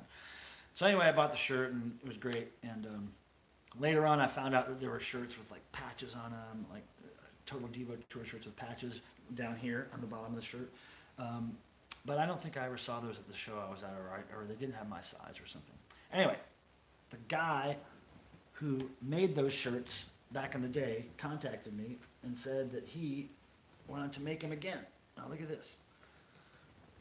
Look at that. Look at that patch on that thing. Now that's high quality, sewn on, fabulous print job patch. And so there's the kind of ash gray version, and on the back, of course, happy sad, right? And then the other version he sent me was the standard black version. And there's the nice patch. I wish you guys could actually touch this patch. It's so cool and high quality. Okay, so there's the black with happy sad on the back. And there was also a hoodie version he sent me. That's basically the same as that. It's got the patch on the front and happy sad on the back. So I'm working out a deal right now where these will be available at some point. And we're just not quite sure exactly how it's going to work or exactly what the cost of these is going to be or what we're going to have to sell them for. I mean, obviously there'll be a little bit more than a standard t-shirt since it's got that really nice, I mean, it's real high quality patch. I mean, you can hear the quality, but it's really nice. I don't know if you can see how it's printed on there, but anyway, this graphic, I had to source this graphic again for the guy because he didn't have it after all those decades. So I got this graphic off some old official Total Devo stationery that Mark gave me some time ago. So anyway, Total Devo shirts from the same guy who made them for the 1988 Total Devo tour. I think that's just fantastic. So I'm trying to get that worked out for you guys. I'm hoping that, in the next month or so, I'll be able to say pre-orders available for these cool Total Devo shirts. But I've got to clear everything up with the band and the guy that's making them, and I make sure everybody's happy, and then we'll announce it. I don't know how much they're going to go for yet, Liam. But at some point I will put up pre-order links somewhere for those. I just have to figure out all the logistics. I just wanted to be sure that the product was great. And after he sent me these, I was sold on them because they're really nice quality. The shirts are really nice quality. The patches, the print, everything's great. So that is something fantastic that is in the works. Let me just show you the hoodie. Hold on a second. Oh, come on. Oh. All right, here's the hoodie. All right, so we got this on the front. Boom. Right, and then the happy sad on the back with the hood there. Pretty cool. Yep. So that should be available for you guys at some point. Just let me work out the details. Okay, cool. Everybody likes them. I haven't been looking at the chat, but people are into those Total Devo shirts. Yeah, I don't know how much they're going to be. I don't think the t-shirts are going to be $50, but they might be a little more expensive than your typical t-shirt. And plus, I think they're going to be fairly limited edition. I can't see those being as popular as, the Energy Dome or anything, so I don't think we're going to be stocking a ton of them, but we'll see how it goes. I mean, the pre-orders will tell everything. The pre-orders will tell us what sizes to make the most of, of course, we'll make more than the pre-orders, but we'll have a good idea of where to go with sizes after we take the pre-orders. All right, so let me see if I've caught up on the chat. All right, cool. Everybody likes it. That's great. Speaking of merch, who came up with the extremely cursed Real Tomato shirts? Oh, that was a fan. A woman by the name of, oh man, I can't remember. I've got her information somewhere. But a fan made it. made the Real Tomato shirts, and then she also made the Spud Boy shirts. So one of them said Real Tomato, and one of them said Spud Boy on the front, and the Spud Boy one said looking for Real Tomato on the back, and the Real Tomato one said I'm with Spud Boy on the back. And I thought they were fantastic. I loved them, and we sold a few of them back then, but we have not made them. The Real Tomato shirts are whack. Well, you know, you can't please everybody. I'm sure a lot of people think the Total Devo shirts are whack at some point too. You know, sometimes Devo is whack. Man. That's how you know.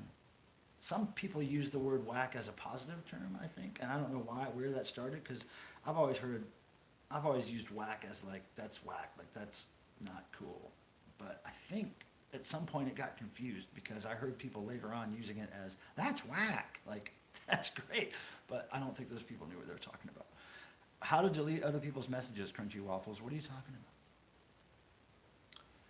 Oh my God, you guys are going nuts. Yeah, Pelmer, want me to email you the invite?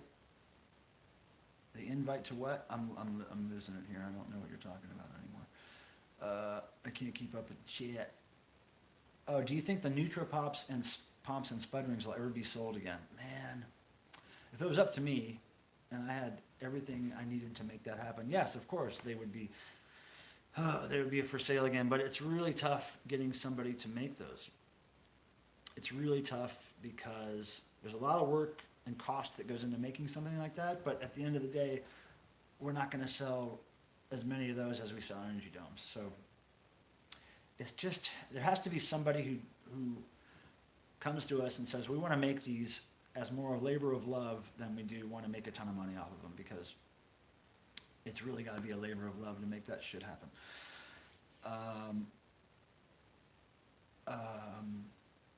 Okay, let's see. What's going on here?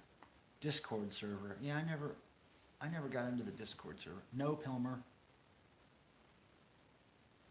The one rule breaker was removed. Wait, somebody was removed here? I don't know what you guys are talking about. I'm trying to keep up with things here, but it's I can't keep up with it. We have a Devo Discord server. I tried to figure out what Discord was. I think I have a Discord account. I can't figure out how to use it. I can't figure out how to talk to people. I can't figure out nothing. I'm just broken that way. Wait, you had to remove somebody here from being awful? Do tell, Sir Edward. I can't. What are you talking about? Is there something that I need to delete? Tell me. Tell me what's going on. Are you guys just fucking with me? Nazi in the chat, really? What did he say? They had a swastika in their name? Oh, you sure it wasn't a backward swastika? I don't know. But you actually had to ban somebody? Or remove somebody? I don't get it. Wait, I'm trying to scroll back here to look at whatever you guys are saying.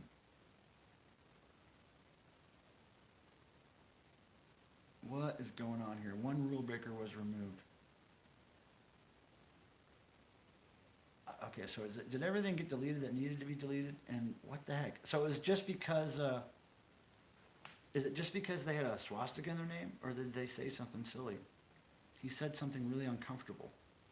He was being weird bad guy. Oh no. My third chat from home and I get a weirdo in there. Oh well. We're all Devo. Well, thanks for taking care of whatever you had to take care of, Sir Edward. I didn't even see it. And fuck, I wish somebody email me what they said or something, because I'm curious now. I want to know what to be prepared for in these things when I do these, you know. Round of applause for whatever happened there. I want to see if I could show you guys this thing glowing. Okay. Okay. Oh, look, cat toys. Let me put this up to. I think this might be charged enough to glow. Let's see here. Put it up to a light real quick. Anybody want to see this shirt glow? All right, let's see what's going on here. Who's the... thickest Rainbow Six operator? I don't know what that means.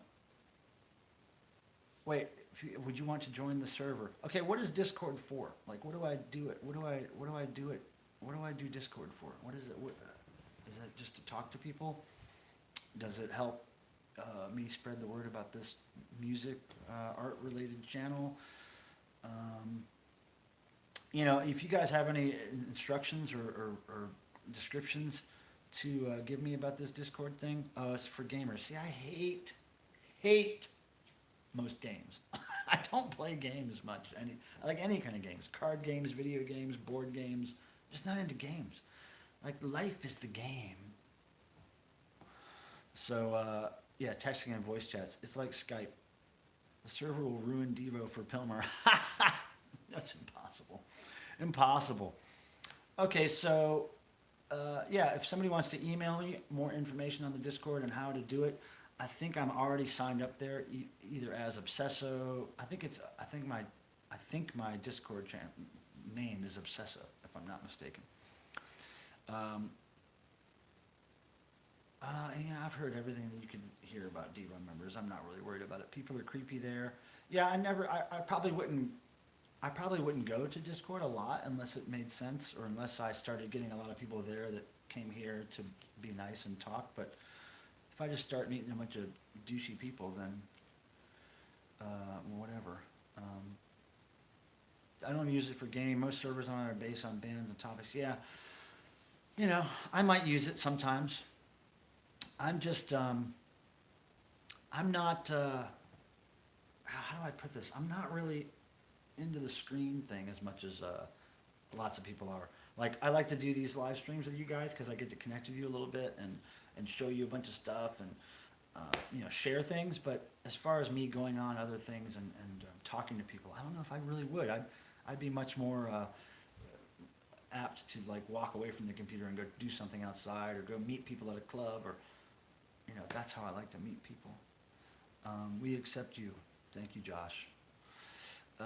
Everybody in the Discord server loves Devo and stuff, but people just say weird stuff. Well, people are weird. I don't mind weird stuff. Like, I don't even know what this guy said that you guys deleted him for, but I probably wouldn't have even been fazed by it. You know, I've heard it all. I heard it all. So, okay, look. You got somebody email me. I know I'm waiting for an address, a mailing address for Rope Snake, and somebody else. I think Liam was gonna need my address. He was gonna email me, and then somebody emailed me about what that guy said in the chat, or why he was banned, and then also, if you remember his username, let me know that too, so I can remember who that guy is. And also, somebody, who's the thickest Rainbow Six operator? But what does that mean? I don't even know what that means. See, I'm not even smart enough to be offended by what he's saying. I'm like, well, is that a movie reference? I don't know. I don't know anything about movies. I'm a real weirdo, dudes. I'm a real weirdo people, and I don't know a whole lot. Rainbow Six is a game. See? I don't know nothing about no games. I'm telling you, man, life and rock and roll is the game. That's the game. That's the game. And it ain't about winning. It's about playing the game. Right? Nixon and they had a swastika. Okay, well, Susie and the Banshees, Susie wore a swastika for a minute. I understand it means a lot different now, but I probably don't even have good enough eyesight to see a swastika in their name. Who knows? You know. Picture was a furry. Oh, I got a great furry Devo story. You guys have enough time to hang out for a great furry Devo story? Oh, I know what a furry is. Come on. I'm not, you know, I'm old, but I'm not that closeted. Okay, so yeah, furries. All right, so I'm intrigued by furry culture. I kind of dig it. It's probably a fine line. I don't really like Dungeons and Dragons culture, and I think furry culture kind of maybe intersects with that group a little bit. But furries, I'm a big fan. And let me tell you, yeah, Devo accidentally was at a furry convention. We were on tour. We were at a hotel. I think it was in Arizona or somewhere in California, wherever it was. kind of a hotel out in the desert. You know, I think that was that where we saw a forest fire. I don't know, but we were in this hotel somewhere, and we walk into the lobby, checking into the hotel, and there's all these furries in the lobby. There's like, I want to say 50 or more people in furry costumes, you know, at the bar, checking in at the hotel, figuring out their luggage on their cell phones, just doing normal things that people do, but they were in their furry costumes, and the jaws are moving, and they're talking to people, and they got the tails and stuff. And it was so cool looking. I was just like looking around going, oh my God, this is amazing. I love this. So, you know, we go up to our hotel rooms. We have to go right back out, go to the show, set up everything. We're there all day and all night. And then we come back late night after the Devo show. And I'm carrying like some energy domes or something and my bags and like all the shit that I usually have to carry around at these shows. And I go into the hotel and there's all these furries partying in the lobby and in the bar. There's 100 furries in there. And really great costumes. I mean, every now and then you'll see somebody who just has the hands and maybe a mask and a tail coming out of their regular clothes, but lots of these people were in full furry gear. And as soon as they saw me walk in with the domes, I was everybody's best friend. So I was putting domes on all the furries and taking pictures of them. They were buying me drinks.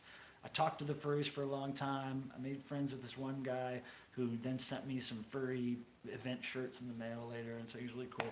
But yeah, a lot of furries are Devo fans, and just sitting at a bar with a bunch of people dressed like wolves and squirrels and whatever else, it was fantastic to be the only person, you know, one of the only people not in costume and just be surrounded by all these.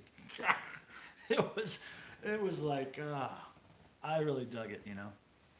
But what I have a problem with, let me critique something about the furry culture that I noticed, is that every furry t-shirt I got in the mail from this guy from furry events, it never really had photos of the furries. It had these not comical, these like cool kind of like anime drawings of furries, which I'm totally not interested in. I really wanted to see the fucking people dressed as things on the shirt, like photos of people in those suits on the shirt. That's what I really wanted.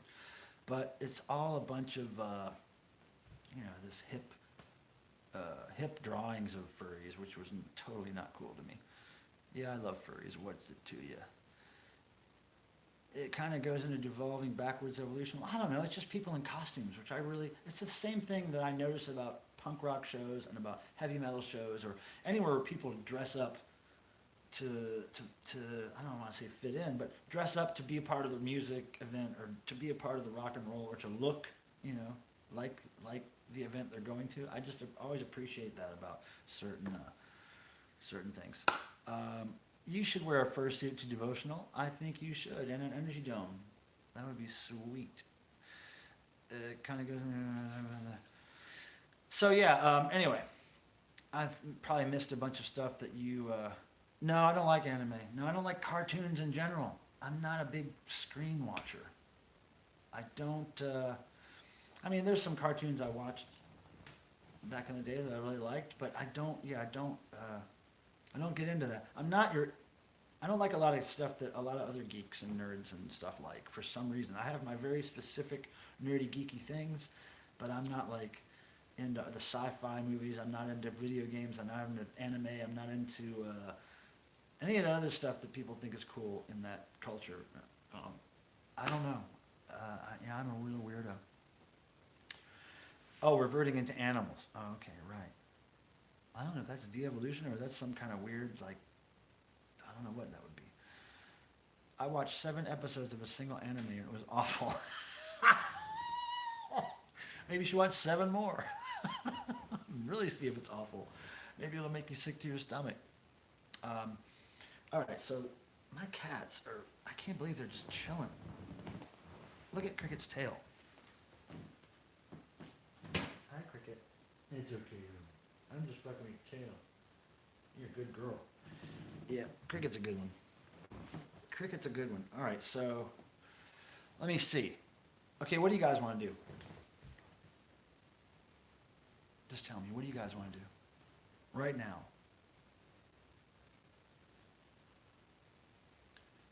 You want to watch the shirt glow? Okay, I can never pronounce these names you guys make up.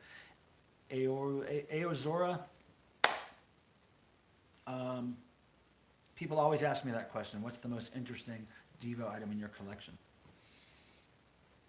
It's hard to say because it really depends on what's interesting to you. So when you say what's the most interesting item, I hear, what do you think the most interesting item would be to me? So then I have to ask you a question. What is your favorite era of Devo? Or what do you like most about the band? And then I'll maybe tell you something that I have that refers to that, because everybody's most interesting item is different. Thank you, Liam, for emailing me Discord info. I'll look into that. Listen to some weird music. Yeah, I like obscure music. But you know, it's really hard to play music here because I don't want to get a copyright strike, and I don't want to, you know, I don't want to get in trouble. So I'm not sure what I can play.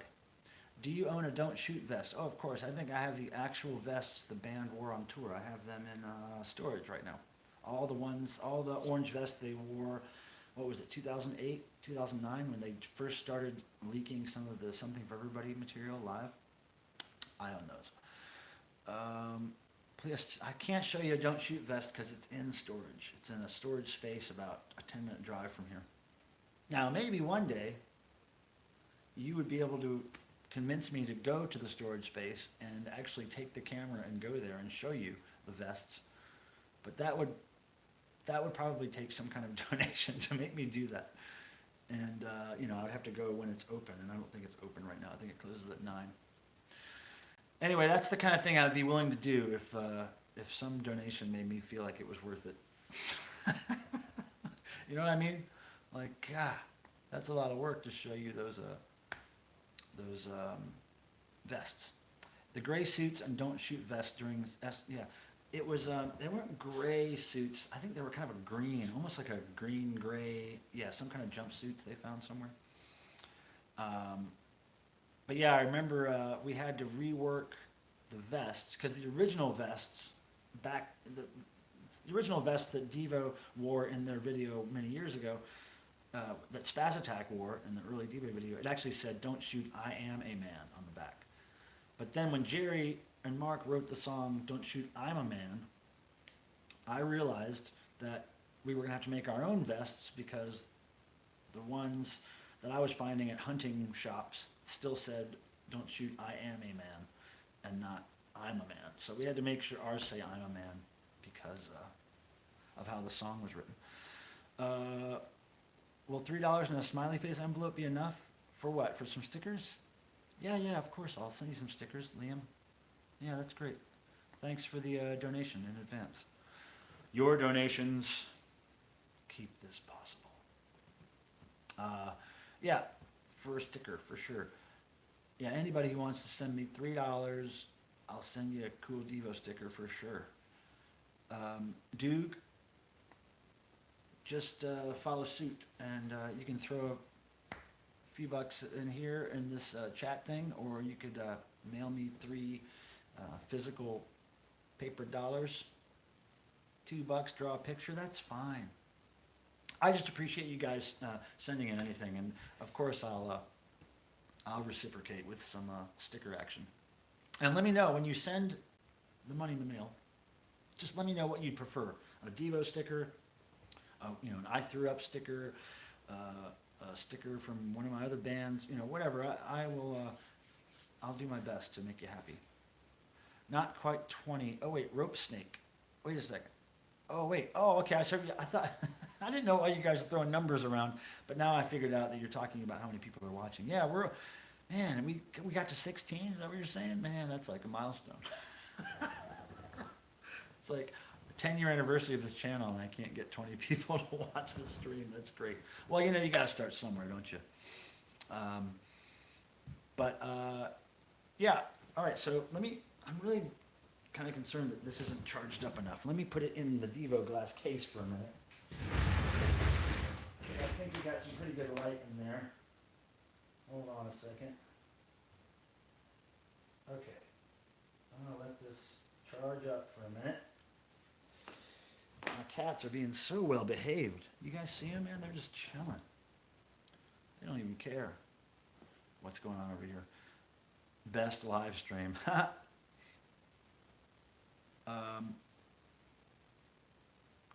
let's see. Do you know why Devo played The Girl Can't Help It from the Pink Flamingos movie in 2018? Because, you know, think about what you just asked. From Pink Flamingos, right? Who was the director of Pink Flamingos? Who was it? Can anybody tell me who the director was of Pink Flamingos? Huh? Who can tell me? Yeah, okay. John Waters. Scott Warner was the first to say it correctly. Rope Snake. Okay, so John Waters was the host of Burger Boogaloo, this show they played in 2018. The only reason Mark really agreed to do that show was because John Waters was going to be the host, and you know, they played for the opening of Pink Flamingos. I can't remember the actual city or date, but they played a very early Pink Flamingos screening as Devo. So that's why they played The Girl Can't Help It, because they wanted to pay homage to John Waters and his movie that they really loved a lot back then. So does that answer your question? Oh wait, no, it was me, coward. Are you calling me a coward, Joanne? I don't know. I believe footage of that gig exists. Oh yeah, there's lots of it. There's some on my YouTube channel. There's where John Waters introduces the band. He has a great introduction to the band. You should check that out. Go look for that. If you just search for John Waters Devo Pilmer, I think the footage will come up on YouTube. Joanne, is that directed at me? Calling me a coward for some reason? I don't know. I don't know who you guys are talking to. No, I mean the original Pink Flamingos show. Oh, no. I don't think so. God, were cameras ever even invented then? Wasn't that in like the 1800s? No, I don't think, I've never seen footage of that show. Yeah, no, I don't think there's footage of that. Oh wait, Joanne, you are calling me a coward? What happened? What did I do? Why am I a coward? Don't start attacking me. I got bullied enough when I was a kid. Why do you think I'm a Devo fan? Apparently Chuck Sadler shot it. Yeah, I know. Yeah, you know, gosh, wouldn't it be great to see that? It's anti-bullying month. Well, shouldn't that be every month? What, did we just pick out one month to not be bullies to people? It's crazy. I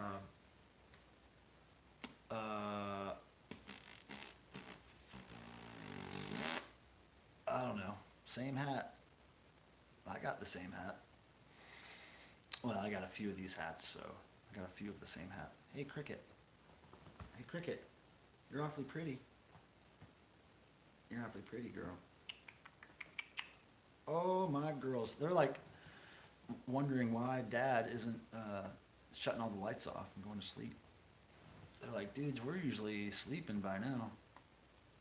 Cricket is vibing. That's true. All right, so let's, I'm going to take this shirt and show you guys it glowing, okay? Hopefully it'll work. Now, let me take this off. Let's see. Okay, guys, let me know if anything weird happens, like if the quality goes way down all of a sudden, but I'm going to try to... There we go. Okay. Now, I'm going to turn this thing around here in a minute. Okay. Let's take this thing in the dock. Okay. Okay, we'll go in the closet here. See if this works. See if this works. Yeah, it's kind of hard to see, but you can tell it glows. It's not really charged up a lot, but well, it glowed a little bit there. I really need to put it under some really, really, really bright light, I guess. But yeah, it does glow. What glows is the Dickies outline and then the robot guy, the Gigantor guy, but all this stuff back here doesn't glow. So, well, it kind of glowed. Shut that. All right, guys, let's see. Oh, yeah, I came out of the closet just for a minute. Okay, so you guys want to do anything else before we shut this off today? Anything in particular I should be showing you, or any way we should sign off? Selfie angle? Yeah, I want to make sure I get a bunch of that background in there. I don't want to get just my big dumb face. Can you dab? No, I don't even know what that is. I know it's some sports thing, but I don't know about dabbing. Hey, Cricket. Look at Cricket.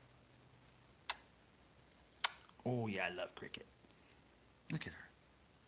So pretty, Crickers. Now, what about your sister over here?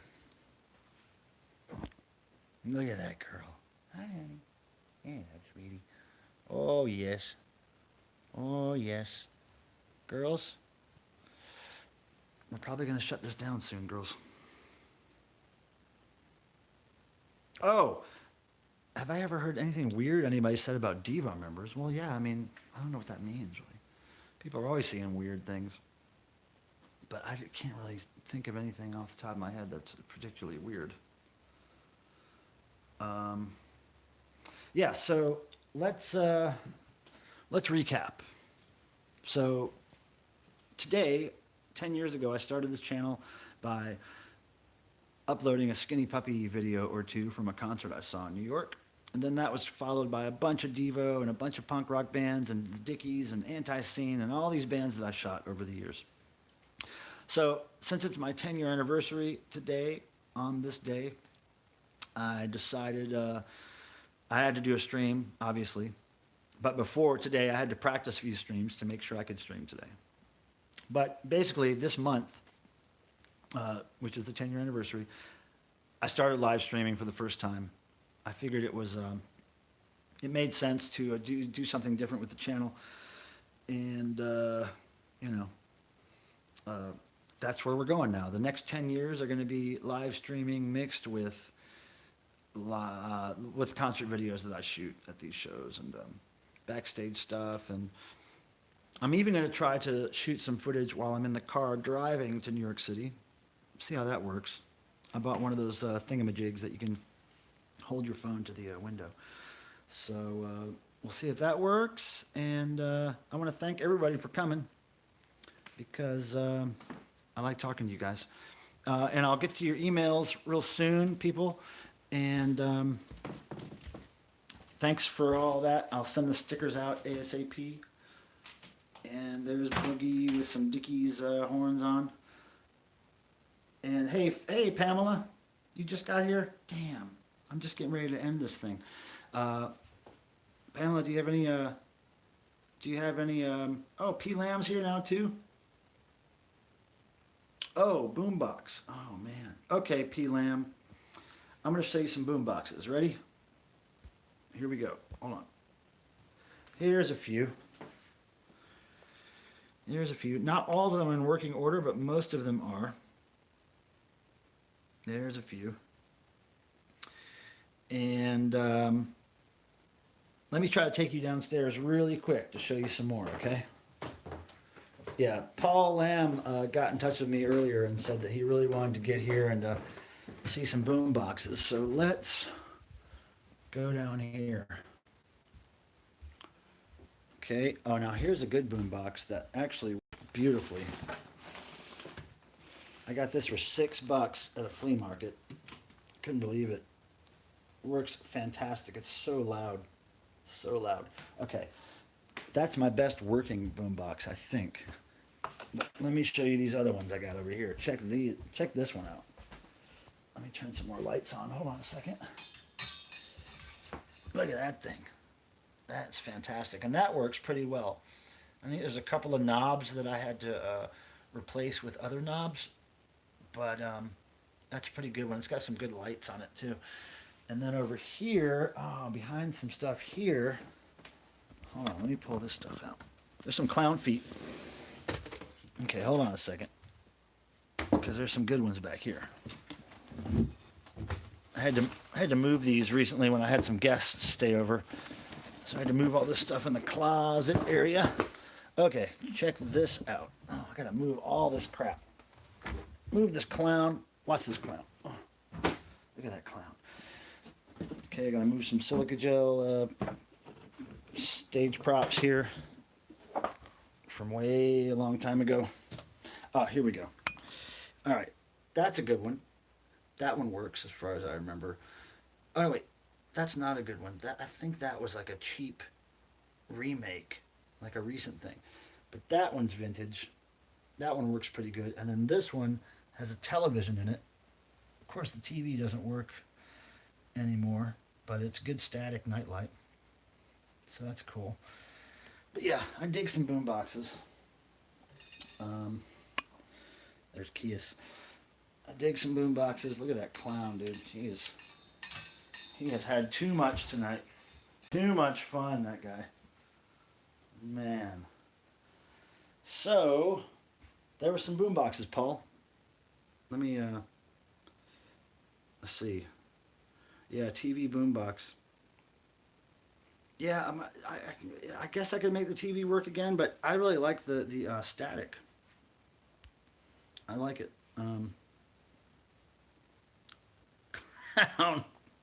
Clown. That clown really freaks people out. Like at parties and stuff here. Hi, girl. Look at that girl. Hey, crickers. You shy? Huh? You don't like the camera, huh? But yeah. There's that. You want me to bring the clown to devotional? You know, I think that clown has technically been to devotional because I used to have him living in my trunk of my car for, I don't know, a couple of years, I guess. So I'm sure he was in the trunk of the car at some point when I was up there. Maybe I'll bring him this year. He'll be a special guest. He'll be the major special guest next year. All right.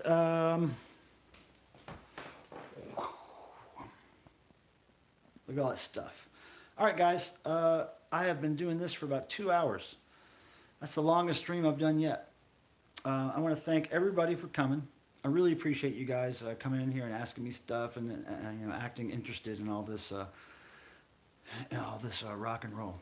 Oh wait, I mean I jumped in late. Box. Cool. Hey, thank you everybody. Again, people that are emailing me stuff and people I have to send stickers to. Thank you again. I'll get those out soon. I will have another stream. I'm thinking it's going to be Tuesday. Oh wait, maybe tomorrow from the Sum 41 show. I'll do a little something. But certainly Tuesday while I'm driving, I'm going to try to do a stream. And then of course when I get to New York City, I'm going to do a bunch of stuff. So thank you everybody again. 10-year anniversary. Let's make the next 10 years really special, okay? Thank you guys and girls and mutants. A little sum. Happy anniversary. Bye, Pilmer. All right. Later, everybody. You guys rock.